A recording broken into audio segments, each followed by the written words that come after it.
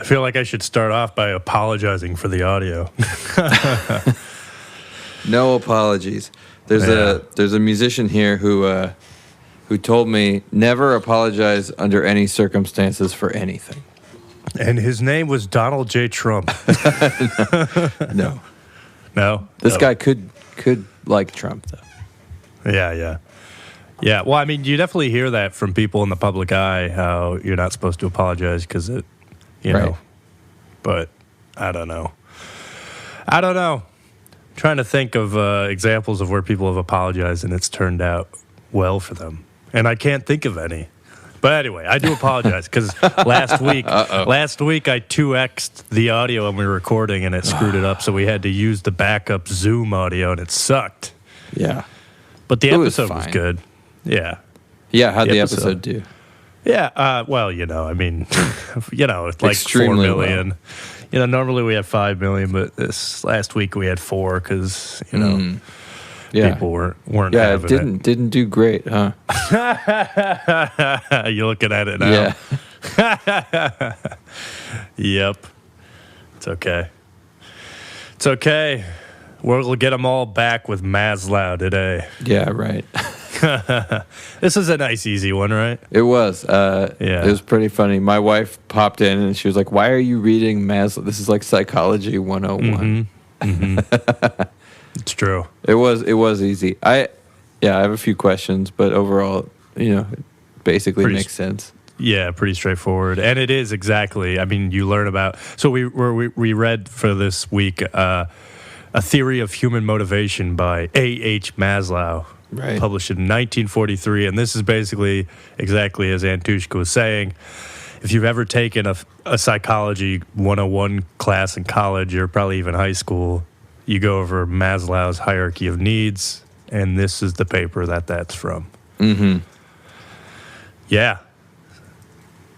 Pretty cool. It is pretty cool. Should we talk about the concert first? I don't know. Yeah, sure. Why not? Yeah. So we. It was good. You were laughing like it was a bad concert. No. I thought it was good. It's just funny because we were introduced, and then now for something completely different. But yeah, we played a concert on Friday, and it was fun. We also had 5 million people at that. We're too popular, I think. We're too popular. Yeah. But yeah, it was fun. I thought it went well. Uh-huh. Hopefully they'll let us back. Yeah, I think they should. Yeah. Well, I noticed that you posted a video that the guy must have sent you because it was he didn't from send his it to perspective. me. He posted it and then I ripped it from Facebook. Oh, well, but that's still cool. Yeah. Yeah. I mean, I actually don't know if that's cool to do. I don't even know the etiquette behind that, but I do that sometimes. Yeah. Did he tag you? Yeah. Okay. Yeah. It is you. It is me. That's true. Yeah.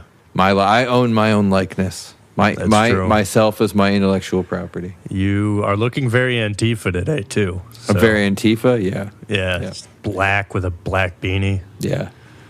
And I'm chilly. the opposite. I'm completely. You're white completely pho. You're so fascist. It's crazy. Yeah. Because the fascists wear white. I think we all know this. Yeah. But yeah, no, it was fun. Yeah, and maybe we'll even do a mini tour. Yeah, I think it's a good idea. There's actually a booking company I work with a couple friends of mine started it here in Austin, and they're starting to book tours for people. So I think working with them could be a good idea. Yeah, that would be awesome. Yeah, and I had somehow randomly Spotify. I'm wondering now if Spotify pushes your stuff more when you release something because just randomly I got 1,000 more listeners than I normally do yesterday. Oh wow! Yeah, nice. Yeah, cool. So it seems to still be up and up. So anyway, people are listening, but they mostly seem to be in Europe. To be honest, in Australia. Sydney is my top city. We do have... your listeners are in Europe and Sydney. Yeah. Nice. What about yours? Ours. I don't have listeners. For the podcast. You don't have listeners? Not really. You never check the demographics? Yeah, but it's not enough stuff. I get, 0 listens per day. I get maybe 2 a month kind of a thing. Gotcha. Yeah, honestly, The I only think it people was who listen to TikTok. mine are people who I send Right. people who I'm hiring to play my shows, and so I Right. send them the Spotify playlist. I think that's Right. the only people who listen. Oh yeah, yeah. I don't know. I mean, that used to be me. I think it was TikTok that was the thing. I don't know, but just randomly, Right. like a year ago, I started getting listens. Yeah. But anyway, it doesn't matter. Yeah, that'd be cool. Mini tour would be cool, Yeah. man. And we could do that same. We could do the format. I think that'd be fun if we each do a set and then we do a short duo set at the end. Yeah, I was Jam thinking out together. Yeah, we definitely should have done that this last time. I think it would have made it more fun. Yeah. Well, next time. Yeah, next time. Sounds good. Cool. Anything else to say on that? I don't know. Come out next time, everybody. Yeah. I don't think we had one podcast fan there. Can you believe that? Yeah. I think that's right. Yeah. It's crazy. What's up with that? Yeah, it's like you do an anonymous podcast, but people don't seem to do the work to figure out who you are and where you're playing. I mean, it's ridiculous. But That's anyway, funny.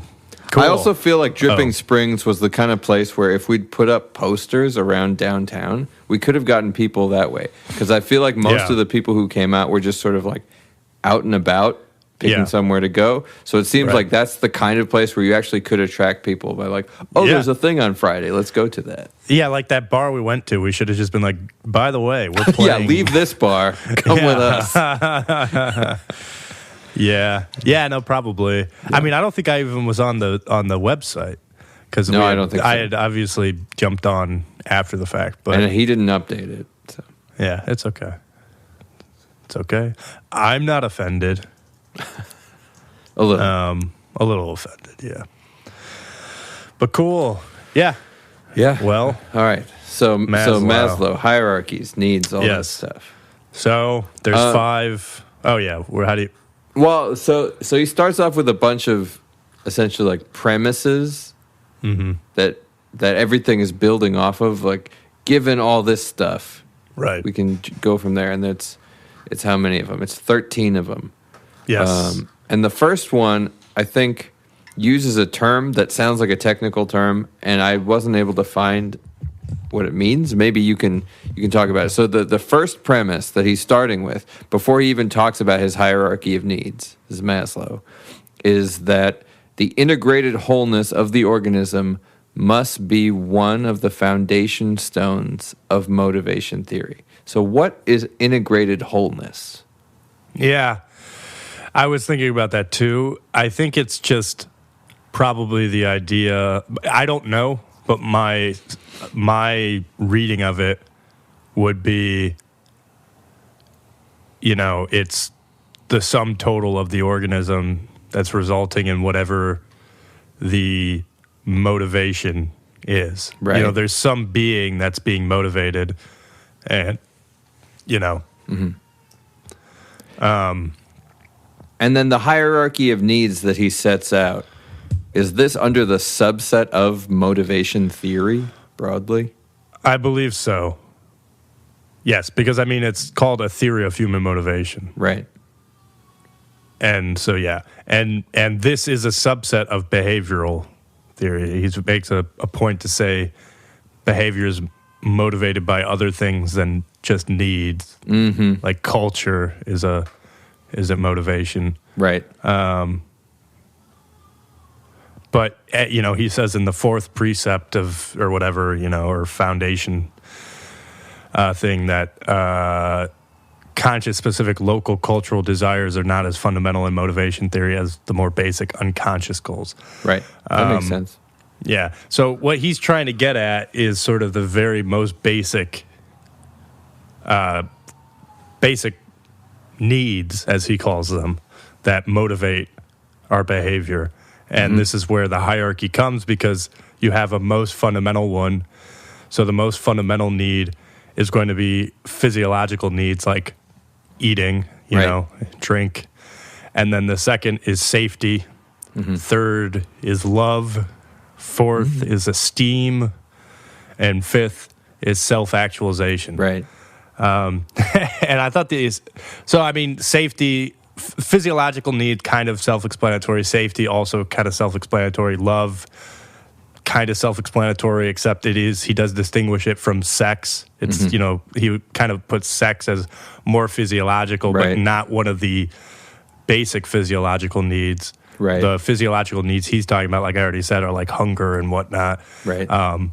And then esteem is like a stable, firmly based, usually high evaluation of oneself. And then the self-actualization I thought was funny because it was individual needs to be doing what they are fit for, e.g., musician making music.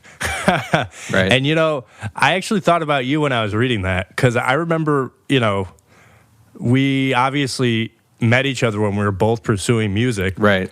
And then when I was starting to get a little disillusioned with it, I was talking to you about like, what keeps you on the track? And you're like, I just honestly can't see myself doing anything different. And I was like, man, I didn't really feel that way at the time, but sometimes I wonder if some of my angst that I have now isn't because I did leave perhaps the path I was supposed to be on. Oh, yeah, you're supposed to be a musician pursuing music. Maybe. I don't know. Maybe. But I mean, his later points about how something like a musician pursuing music will also stop doing that if they're starving to death. Yeah, but he also makes a point that there are some musicians that won't do that. Right. Like, hence the starving musician. Yeah, I mean, so that's kind of what I also liked about this article is at the end, and this is really just any good scientific article, you're going to put up what you perceive to be issues with your theory. And he had a whole section where he was talking about the exceptions to these hierarchies, as he sort of says, moments where the hierarchy might become inverted. Right. I think, one example that comes to mind is psychopaths who don't appear to need love for whatever reason, right? And also just people who, I mean, this is kind of a confusing one. I was trying to understand it, but it's like people will show off a high esteem for the purpose of getting love. Right. Or something along those lines. Like confidence. Having confidence can sometimes be a way of finding love because, certain people like to see confident individuals. And in that case, it would potentially supersede the love. But in reality, it's not really because you are trying to get the love. Anyway, I don't know. That was kind of a confusing one. Yeah, it doesn't really seem like an exception. It just seems like a complicated interaction. So I have a problem right off the bat. Good. Going from 1 to 2. From physiological needs, which I guess I understand, like eating, breathing, stuff like that, to safety needs. Safety, like the physiological needs actually seem to me to be safety needs. Well, like it is unsafe to not eat. It is unsafe to not breathe. Yeah. And to me, the root reason why we might have such a strong impulse to breathe and eat is because of the safety of it. It we'll die if we don't. Yeah. So I think dying is the ultimate thing that he's using to judge all of these, which is how they get classified into the basic need classification. So I think the distinguishing factor there is that safety, as he's describing it, there's like an outside factor, whether it's like an aggressor or like a weather event or something, Whereas, but that's true for there's an outside factor. Is there food? Is there breathable air? Yeah, but it's an actor, I guess, would be the idea then. It's something that could harm you versus you are harming yourself in a sense if you're not eating.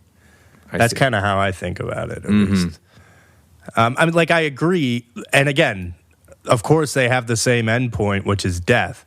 Right. But I do think that is kind of his way of classifying these as basic needs because in all the cases he's describing, if you don't get that, you're going to, die or become morbid, like have some morbidity associated with it. Like if you don't have love, then you're going to probably, there are cases of like suicide and stuff like that, right? And yeah. I guess it's the safety category that I understand the least how it exists unto itself, because also not having love is unsafe, because then you don't have a community and you're just stuck by yourself. Yeah. I mean, a lot of these categories, not eating is unsafe, right? Mm-hmm. And so I guess I understand it could be, other actors versus sort of internal actions or something like that, or something. I mean, the breathing one is a little bit, I don't know. I mean, breathing isn't super voluntary, but I guess it stems from within you. Right. And if you're on a ship and you're like, it's sinking, you're going to be worried that you're not going to be able to breathe. Mm-hmm. Yeah, but it's like, it's like an absence of a thing versus an addition of a thing. Maybe that's the way. Mm-hmm. It's like it's the absence of food, the absence of water, the absence of oxygen versus the addition of an aggressor or a storm or something like that. Mm-hmm. Maybe that's it. Yeah, I don't know. I mean, this is probably the general problem with all writing of this sort. Is it's not very quantifiable, right? Right. I mean, he's doing his best to be quantifiable, and I was actually, as I was reading this, I was just thinking how.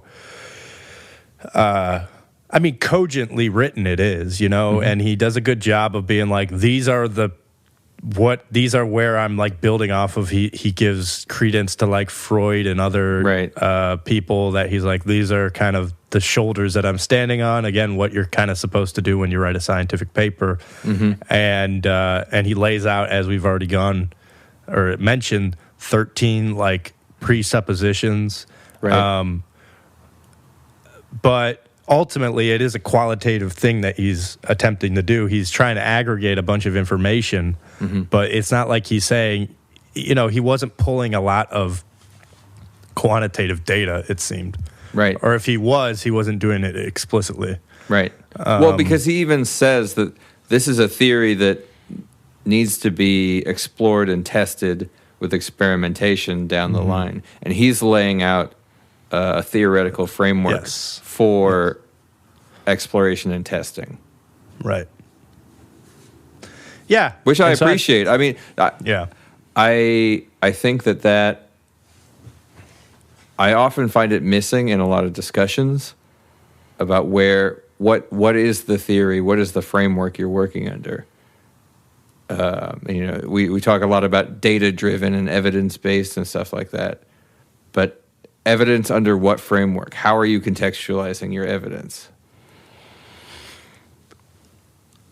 Yeah, no, I mean, it's interesting because I do think, again, I'm thinking of sort of Nature articles. Often, if you publish in Nature, which is one of the preeminent scientific journals, or Science, you are kind of required to put forth a theory of how you think things work. But you don't really need to do that in the lesser journals.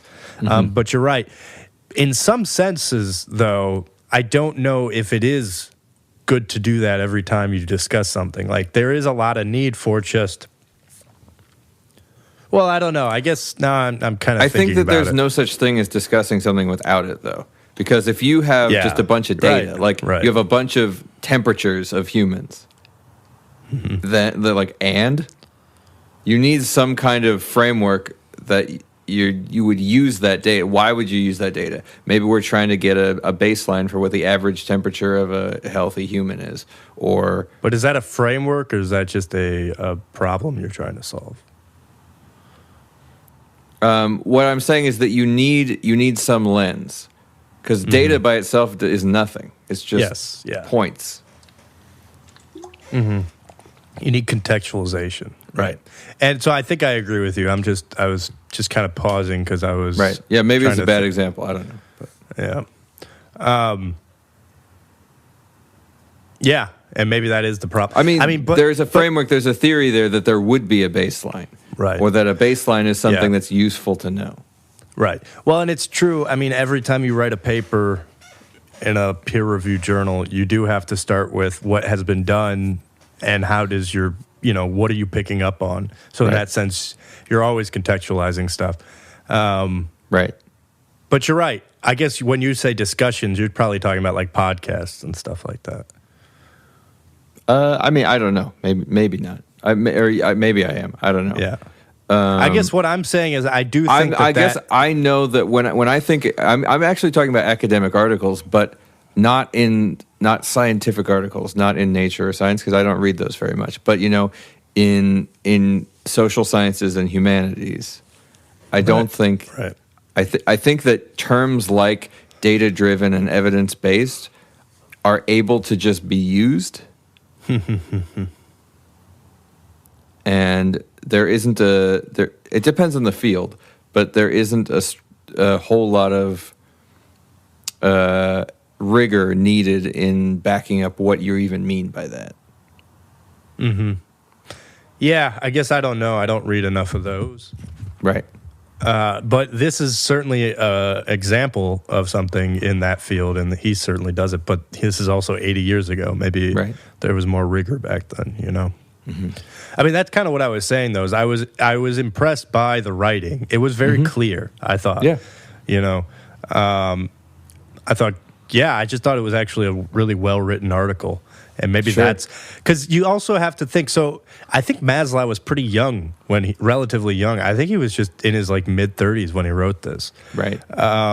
So it was like kind of making me think like, how did this become such a impactful? Right. Everybody talks about this. Yes.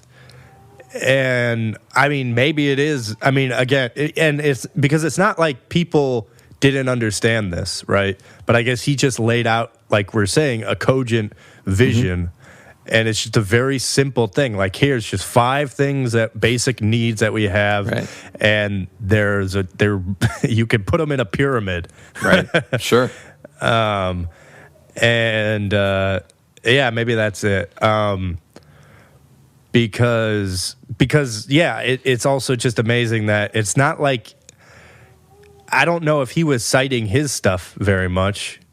Mm-hmm. You know what I mean? So it's not like he had like a really big footprint in the field, although maybe he did, and he was probably at Harvard at the time. I actually don't know. Right. But he probably had enough academic cachet that people took it seriously. I mean, they must have. Right. But yeah, it's just interesting because certainly people have been putting forth this kind of idea for a long time. I mean, I was actually just thinking how Lupe Fiasco actually basically talks about this in one of his rap songs. It's like everybody sort of understands on some level that when people get hungry, right, that's when you have the most, you're most primed for problems. Because we go into our animal state and we're only, as Maslow discusses, we become fixated on that. And there's all the other higher order needs fall to the wayside, and we just are motivated by one thing, and it's get food or get water and get out of my way. Right. Yeah. Yeah. So, it was, this whole thing was, are you there, or did you freeze? Yeah, I'm here. Sorry. I'm thinking. It looked like you froze. No, I was just thinking. It looked like you froze. You were very stoic, like a statue. I mean, it was making me think about how today, this is the thing that I'm most worried about with today is as we get more people who become, you could say, stressed by the economy, even though I know inflation is supposedly under control. Right. There's more credit card debt than there ever was before, so people are obviously having troubles, and I feel like we have more homeless than we ever had before. Right. And we certainly see robberies, that sort of thing are up. It's just it's clear that there's a lot of social tension, and it's as soon as people like if you just cut off the food supply, that's when things really are going to sort of get inflamed. But I don't think any of that is related to the food supply at this point. No, I'm just saying if you had to have a disruption of it, right. Because most people, including homeless in the United States, are not actually starving. Right. Like we have a very strange situation where we are extraordinarily well fed. Yeah, that's true. I mean, some people, right? Most people. Yeah, no, you're right. Most people in the world, like the amount of starvation in the world is so much lower than it was 30 years ago. Sure. I agree. Although we may be seeing a trend away from that with, the fertilizer disruptions with Ukraine and stuff like that. Yeah, maybe. I think you're starting to see that, and I think this is why you have so much migration from the third world right now. Are there food food scarcities in the third world that there weren't 5 years ago? I think so. Certainly, I feel like I read about there's a big drought or some sort of food shortage in Somalia, for instance. Part of the food shortages that happen in Africa are created by American and European countries, though. Well, this is what I would just say. But that's not because there's a lack of food. No, but it's the lack of fertilizer, for instance, being able to get to these places because of the war disruptions, as you said, in Europe and whatnot. Yeah, it's also an intentional cutting off of the food supply. Maybe. That intention is hard to prove, right? They do it in the U.S. on purpose, too, for the markets. I have family who work in international food trade stuff, and companies do that in the U.S. where they'll have silos of grain and stuff like that, and they just will sort of let it rot or burn it or whatever, just to create scarcity in markets and things like that. Right. And of course, I think that happened. During the Great Depression too. Right. But no, I'm talking about just the geopolitics is disrupting a lot of trade routes. And from what I understand. Yeah. Obviously I don't, who knows? I could be wrong. And there's probably other factors that are driving the migration. There's certainly more migration than we've ever seen before, right? Yeah. I think we can both agree on that. Maybe that's also, anyway. But the point is, that, when I'm saying I don't think scarce, it's food. Yeah. Do you think it's a concerted effort to destroy the West by Russia? No. I'm not saying that. I'm not saying that either. I'm just saying that it actually relates to another point I was going to make about this, about how all of these things, he kind of talks about it in some of his or one of his exceptions, but I was thinking about it in a slightly different way, where ideologies can actually supersede these need drives. Right. And there's people who will actually sort of set aside certain needs for safety or food or whatever. We were talking about it with a musician, but there's people who will do it for ideology also. But he said the people that do that are generally, and probably there are exceptions, but the people he was talking about were those that had enough of the needs satisfied earlier in their life. Right. Which I don't know if I don't know if you're trying to loop this back to the migration stuff, but I would say those not people, necessarily migration specifically, but somebody who is really, really into down with Marxist Leninist philosophy, will allow for the degradation of society and the starvation of people in service of that ideology. It's better that people are starving to death than somebody have more because of whatever ideology. It's better that I'm starving to death. Right. And that they would probably certainly fall under that example of the people that had their needs satisfied from a young age, so that they're able to forego it later for ideology. And then Yeah. Well, I was saying because generally the people that subscribe to the Marxist-Leninist sort of ideology, you find a lot of them in the upper echelons of society. Yeah, it's true. That's a good point. I think there's his other question that was in one of the footnotes about somebody who's born into slavery. Mm-hmm. Do they grow dissatisfied, or are they sort of content in their station? Like, do they grow dissatisfied and need self-actualization and self-esteem? Because somebody who is enslaved will definitely have that. Mm-hmm. Yeah, I don't know. What do you think? I mean, I also don't know. It's interesting, that section. I was a little surprised that he was bringing up free speech and free inquiry there. Yeah. I thought that was interesting too. Because it seemed like such a departure in terms of sort of tone and what we were talking about. Because it seemed all of a sudden very sort of lofty and almost political. Mm-hmm. But the footnote is interesting. So it says, whether or not this particular desire is universal, we do not know. I think he was talking about self-esteem and then the need for free expression and free inquiry, freedom of speech. Mm-hmm. The crucial question, especially important today, is, will men who are enslaved and dominated inevitably feel dissatisfied and rebellious?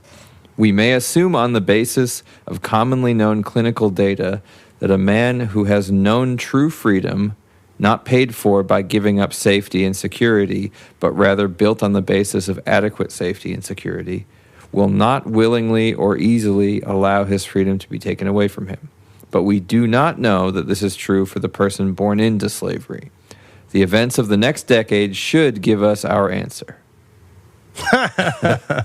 Well, I think that's interesting. I wonder if he was... See, I think the answer has got to be yes. You know? That they will also develop that same dissatisfaction. I think everybody has a rebellious tendency within them. Right. You know, because this is why there was any time that you had slavery, you had slave rebellion. Right. Regardless of the generation that it occurred in, you know what I mean?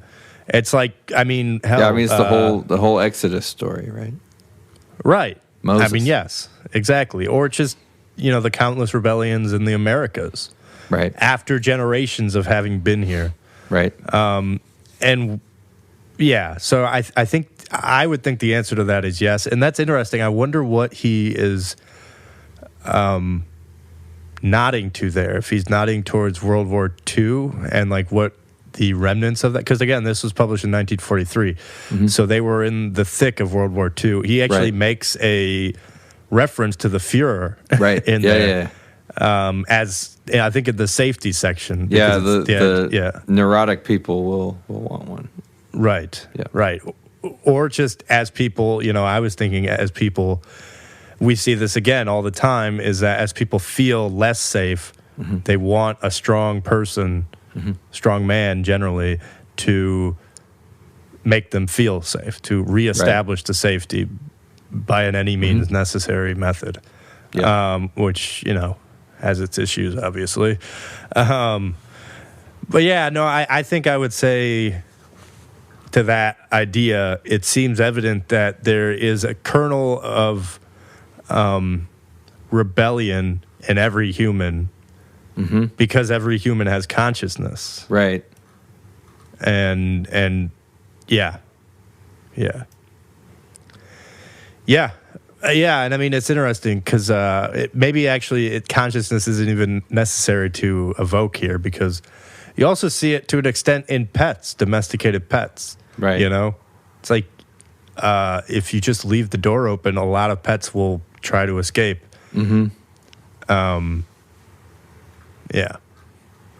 So, I don't know.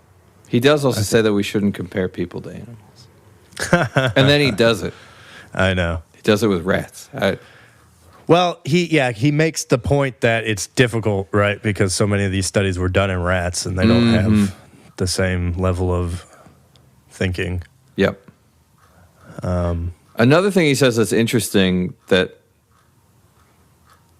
I was sort of surprised by is he was talking about how creativity is not a well psychologically understood thing, and it's not sort of clear how it fits into the hierarchy of needs. Yeah. To me, maybe I'm wrong. The narrative about it would be obvious.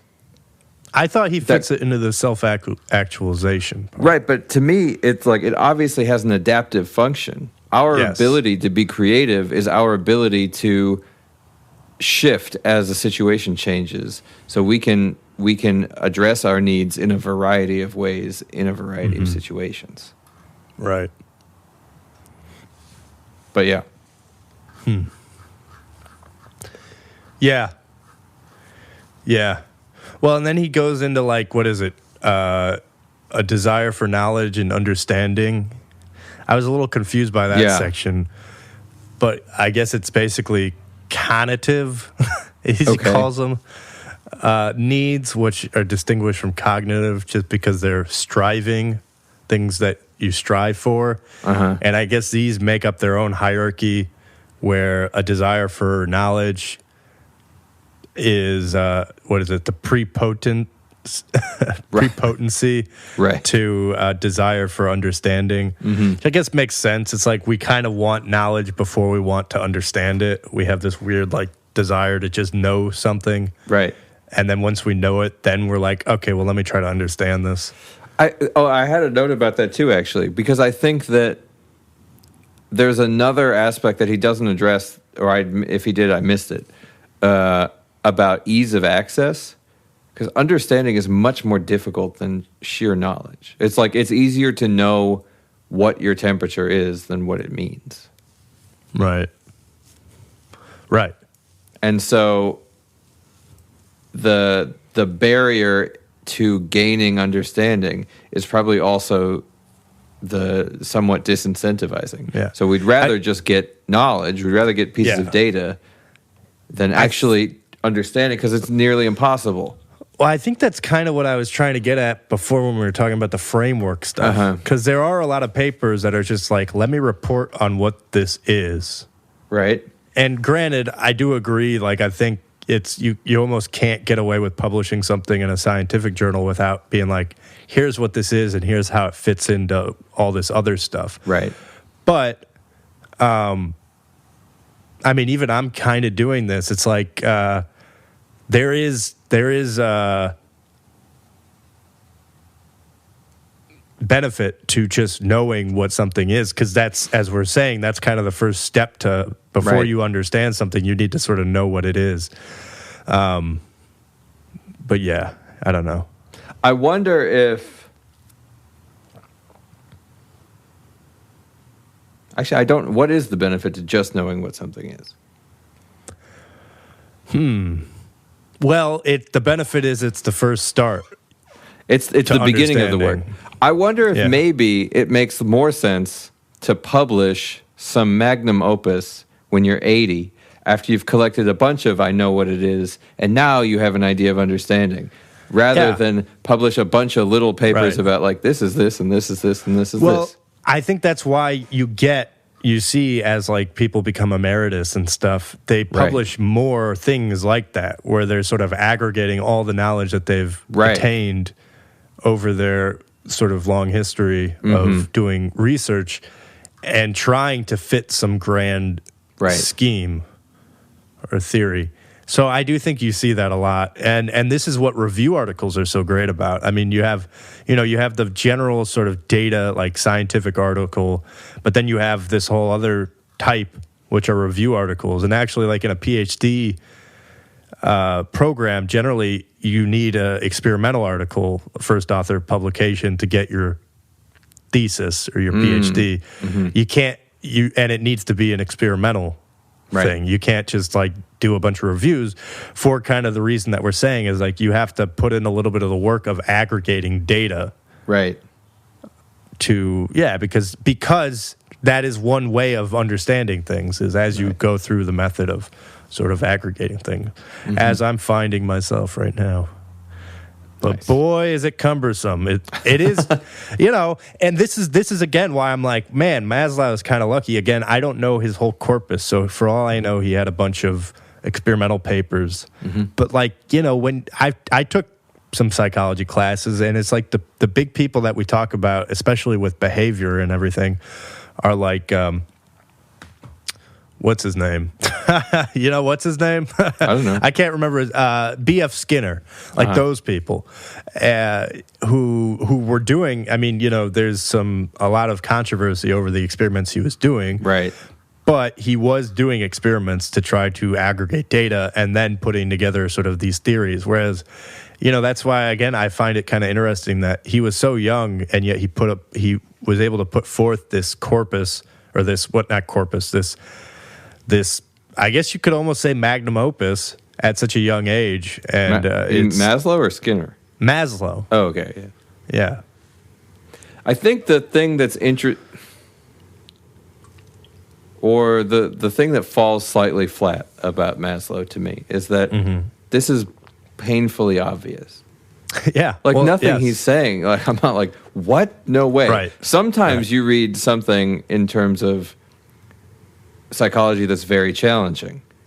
Right. Like, your memory of what happened in a situation is probably false. Right.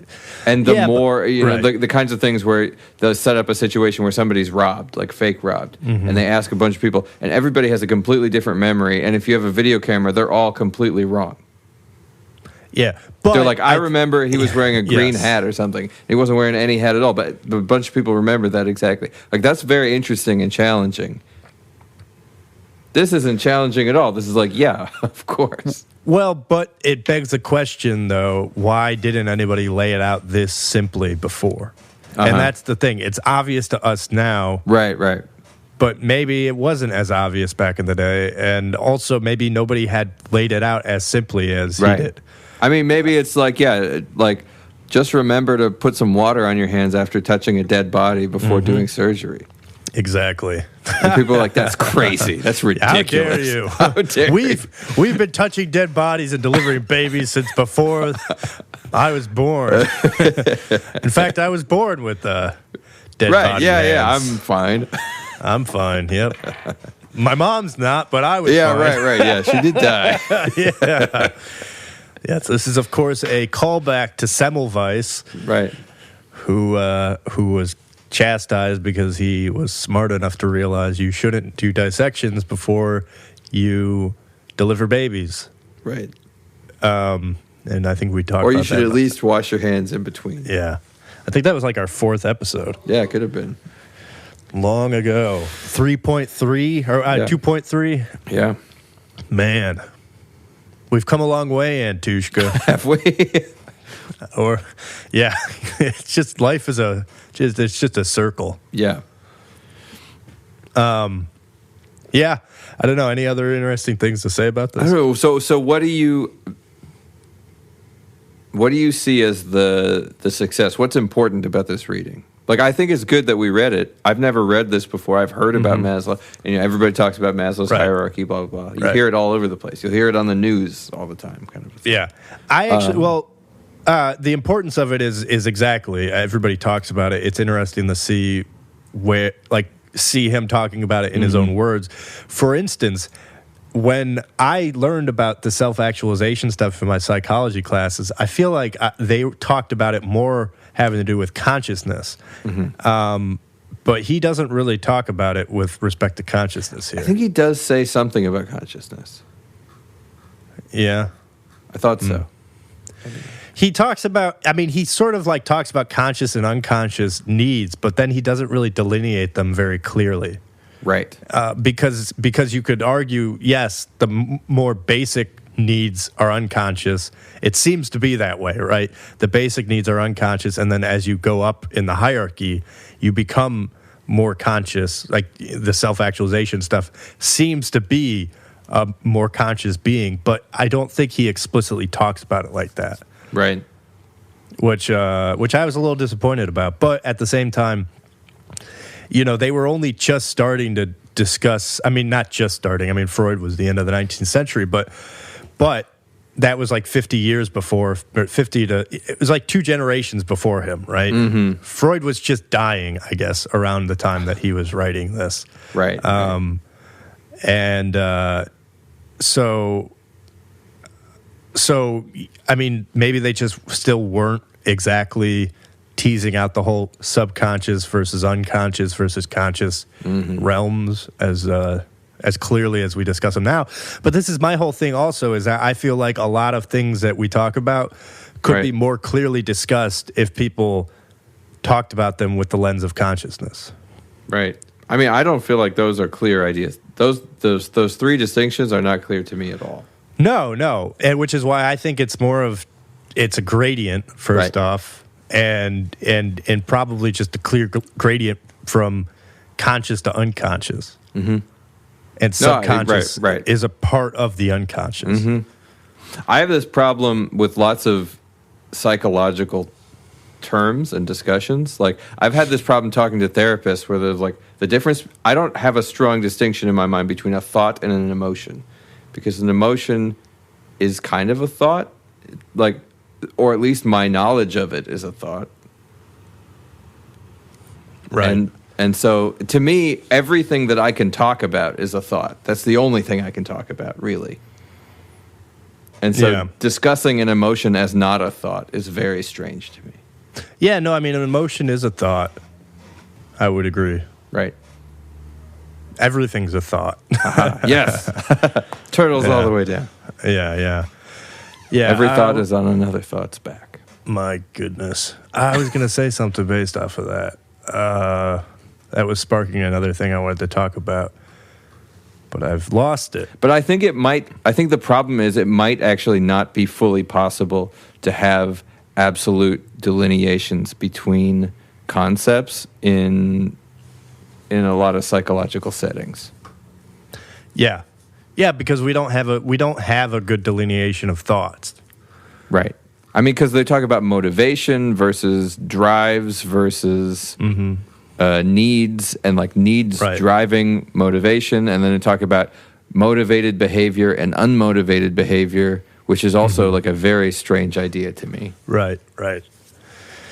Yeah, no, I agree. And this is one of the reasons I decided not to go into psychology, because I was like, it was too amorphous and dependent upon everybody's subjective definitions. Right.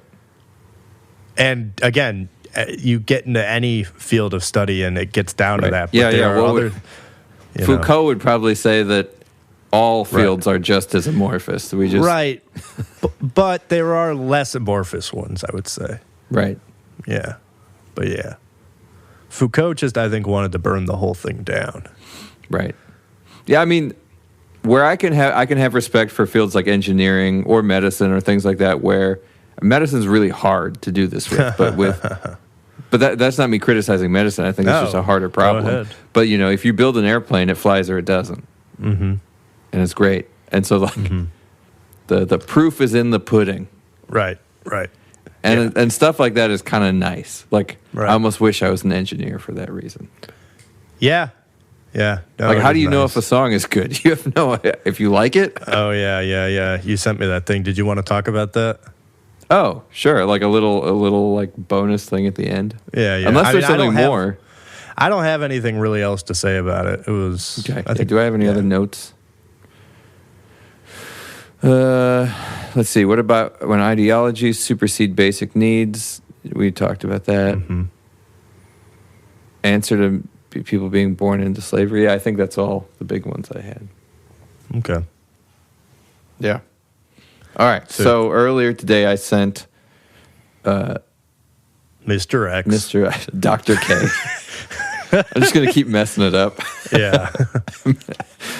Mr. X, a little clip of Jacob Collier talking about how there's no such thing as good or bad music. And it's an interesting idea because I don't necessarily agree, because I think that with anything you do, you can do sort of well or poorly. But it's all, with music, it's all just arbitrary expectations. So where I agree with him is that any theory you learn is completely arbitrary. There's not like anything real about it. It doesn't, like a major chord isn't a real thing. It's just an arbitrary construction. And we all just know about them because we hear them all the time. Yeah.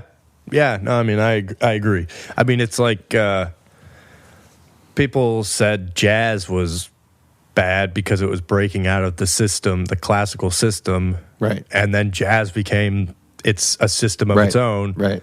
And now, people say if you break out of the jazz system, it's bad because, again, it became its own system and then with its own rules. So I feel like it's all just what is your level that you're judging it from. And you could say it's bad if you're trying to, establish that, okay, this person's supposed to be playing jazz and they're obviously playing blues or something like that. And, yeah, that's not jazz. Yeah, but his point is very Foucaultian or whatever, in that it's like, well, there's no real right system, which is that it's true. I mean, it is true. And the things that I think sound good aren't going to be the same that you think, because what we think sounds good is a summation of our experiences in many senses. So I do agree with that to an extent. I think the closest thing to bad music would be you creating music that you yourself either don't like or don't think is doing what you want it to be doing. Yeah, like Steve Reich or whatever his name is, right? Right. Well, like, I don't know. If you try and play a scale and you want to play C, D, E, F, G, and you accidentally play C, D, E flat, F, G, like, you've messed up what you were trying to do. You did what you were trying to do wrong. Mm-hmm. And I don't know if that's bad, but it's at least not what you were aiming at. Right. Right. Or like maybe not caring, maybe not trying to create something good, being like, people just want to hear these 4 chords, and so I'll just do this and put some melody over it. And like you engaging in it in a way where you think it's bullshit probably is then. Mm-hmm. Yeah. No, I mean, I agree. And again, it's like, I think that's the same thing as saying you've built a system. Your system is I'm going to play A, B, C, D, E, and then you mess it up, and so now it's bad. That's bad. But, now it's bad, or maybe it's good, because that can happen too. Because you can be meaning to play C, D, E, F, G, and you play F sharp instead, and you go, "Ooh, I liked that," and now it's good. Yes, you've changed the system. I feel like it's like, are you engaging with it cynically or not? Mm-hmm. Yeah. Cynical music is bad music, maybe. Yeah. Well, and, I remember what I was going to say, and this kind of leads into it, and this leads into what we're going to do, right? Right. Because there are people that just don't think any music sounds good. Right. I.e. what we were going to probably read eventually. Oh, right, yes. The musicophilia stuff. Mm-hmm. And then that's also making me remember what I was going to say earlier. Have you heard, like, I feel like people are talking about, and I have no idea how, I need to read into this study, but I feel like I've seen people say, like, is it 30% or maybe 70% of people, it must be 30% of people don't have an inner dialogue or an inner monologue? Oh, yeah. Uh-huh. Have you heard that? I don't know. I don't. You don't have an inner monologue? No. I don't think to myself in language very often. Interesting. I also don't hear sounds in my head or see images in my head. What? I know. Here's the other thing, though. I've talked about it with other people. Part of it could be like me being sort of like autistic about... Yeah. I'm glad you said it. Being too specific. Like, because when I say I don't hear things in my head, I mean, I don't literally hear. I can kind of imagine hearing something, or kind of imagine like what a barn looks like. But to me, it's not like I'm not looking at a barn. It's like the source code for a barn or something. But what? Okay, now this is fascinating. I mean, but you have thoughts to yourself, is the point. Yeah, but they're like usually pretty amorphous. They're not usually in sentences. Huh.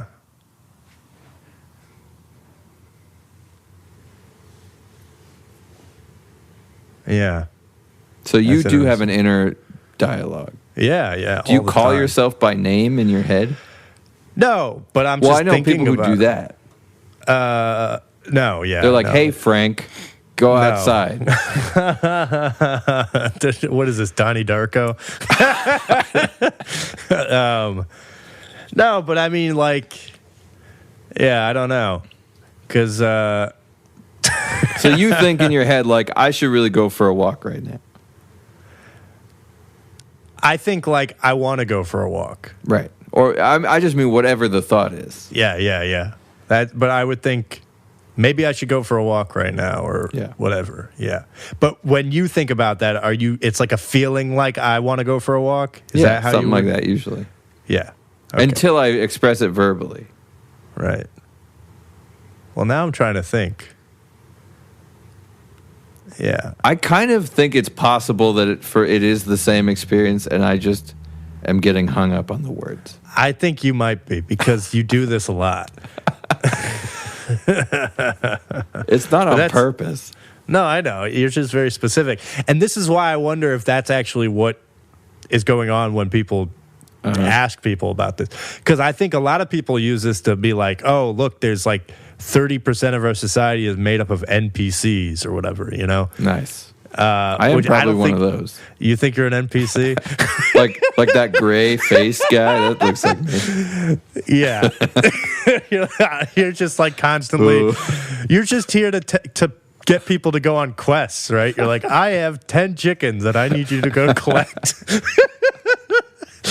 That's pretty fun. Yeah, that's not a bad life, I'll be honest. But I also just wonder again if it's like a lot of just autistic people being asked it, and they're like they experience the world differently, and it doesn't mean that they're an NPC and that they're a vacuum, Right.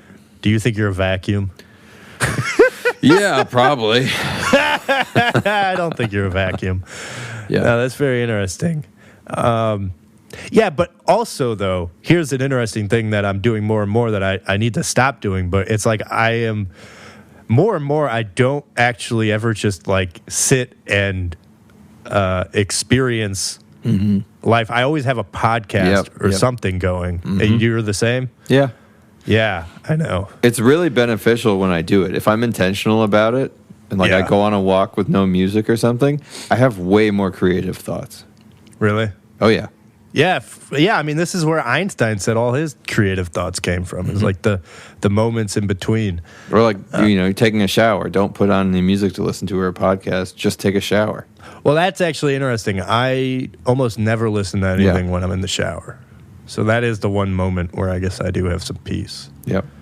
And I look forward to it. I mean, I notice it with some of my younger family members where, like, I mean, it is out of control. They'll have headphones on listening to music, right, and they'll have some, like, comedy show on a tablet. Right. And they'll be, like, texting with people, and it's just like, whoa. Yeah. That's a lot. Yeah, it's a lot, but it's also, like, kind of, it makes you wonder if maybe it's also like another level of attention, because that's what I hear from older people, like the baby boomers, that look at me and they're like, how are you able to do these things while having stuff on? I'm like, well, it's just like having something in the background. I'm not really paying attention to it, and in some ways that's actually kind of impressive. Yeah, because you're able to like zone out all the noise and just hone in on something. I mean, it's how Milton Babbitt used to compose music that way. Right. He'd have the TV on. In low level in the back. Yeah, but I mean, come on. Babbitt sucks, let's be honest. I'll say it again, dude. I know. You like Babbitt, don't you? I do like Babbitt. Yeah. He's one of my heroes. Yeah. Anyway, so he had TV on, but like I can't really have a podcast on if I'm practicing. Yeah, no, I mean... It depends. If I'm just running scales, it depends on what kind of practice, but I can't learn new music with a podcast. Yes. I find memorizing anything to be difficult if I have other stuff going. Yeah. And yeah, so like when I was studying a lot, it would be like music without... Like, it would be like Bach or something. Right. Or Pink Floyd. I studied Pink Floyd a lot for some reason. I can see that. I feel like Bach is too... For me, it's too attention. There's too much happening. There is a lot, but like stuff changes so fast. Something like Sigaros would work, or but Pink Floyd, something where it's like long and static, right? But specifically, like because the Goldberg variations, for instance, Yeah. it's like it's such a stream of notes Yep. that it does become just like Sure. a Yeah, you I know, can see that. like kind of meditative, and you can Right. just But yeah, okay. So you're an NPC. Yeah. That might be the title of the episode. So you're an NPC, or so I. Yeah, That's pretty good. Yeah, yeah. That's So what are we doing interesting. next week? So next week we'll do The Lost Mariner by Oliver. It's in Oliver Sacks's book, Man Who Mistook His Wife for a Hat. Cool. Specifically, The Lost Mariner. I could text this to you if you want. Okay. And it's the story about the guy with Wernicke-Korsakoff syndrome. Okay. Cool. And then after that, I'll let you take it away, and we'll maybe do musicophilia. Okay. I think, right? Sounds good. Yeah. Cool. Guy who got obsessed with Chopin after getting struck by lightning. Right. That's the title, right? Man It's who mistook just his so wife for a hat. weird, man. Guy who got struck by lightning and is obsessed with Chopin. Okay. Man who really likes Babbitt. Yeah, but that's me, the NPC. Yeah. I'll be NPCs honest- love Babbitt, dude. Do they? I'll be honest. I got to go back and listen to Babbitt. No, don't bother. You won't like I it. could be misremembering. I don't so think you'll like it. I shouldn't come off so harsh against the It's man. fine. Everybody does. I'm used to it. Yes, I think you like liking things that everybody hates. Yeah, it's very NPC, you know. Maybe it is actually. You know, it's like fake against the grain. I don't know. Yeah. Yeah. Cool. All right. Did we do it? Cool. Yeah, I think so. Did it? All right. We did it. All right. Goodbye. See you.